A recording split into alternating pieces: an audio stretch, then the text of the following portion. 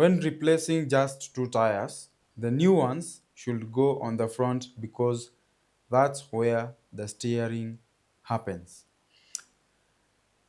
This is actually funny because kuna driver tulikuwa tunaongea na yeye sometime back, alikuwa ananiambia the front tires weigh more than the rear tires. Now, history ya using the new tires on the fronts alafu za nyuma zinabaki tu, una replace za mbele kwanza kwa sababu hapo ndio steering ina happen. It might seem logical at first, but it is dangerously wrong.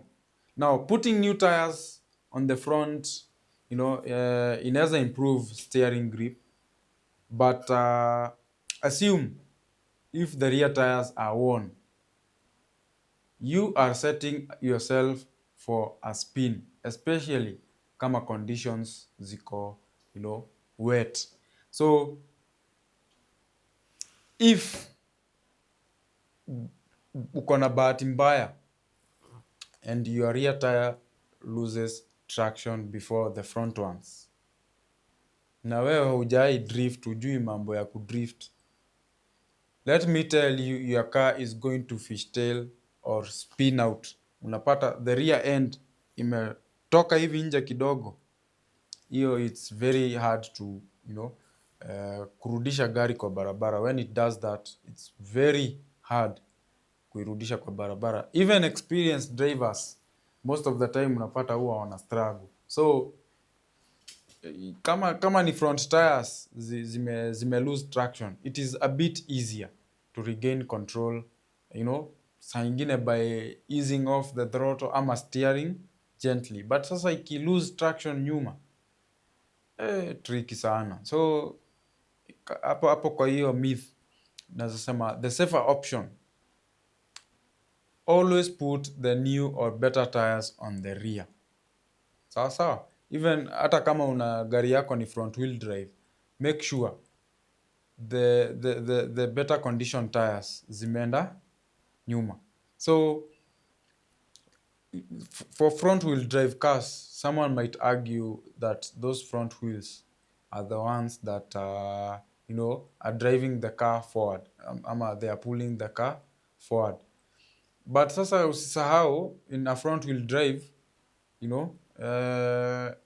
those two wheels mbele, they are the same ones that are going to pull the car forward and also zina handle mambo ya steering. So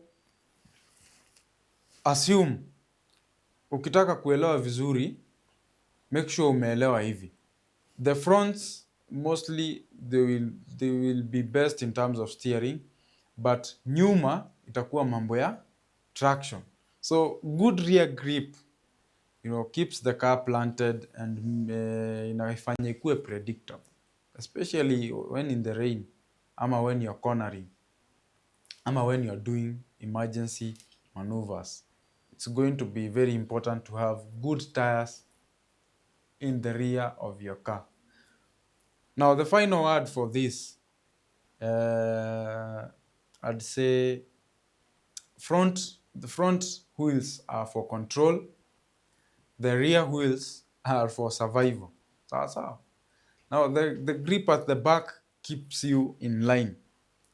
Your car will be going straight. Haitafanya hizo mambo ya kufishtail, especially when it's in the wet and you're turning into a corner. So unless you are replacing all 4, the new tires should always go on the rear. Okay?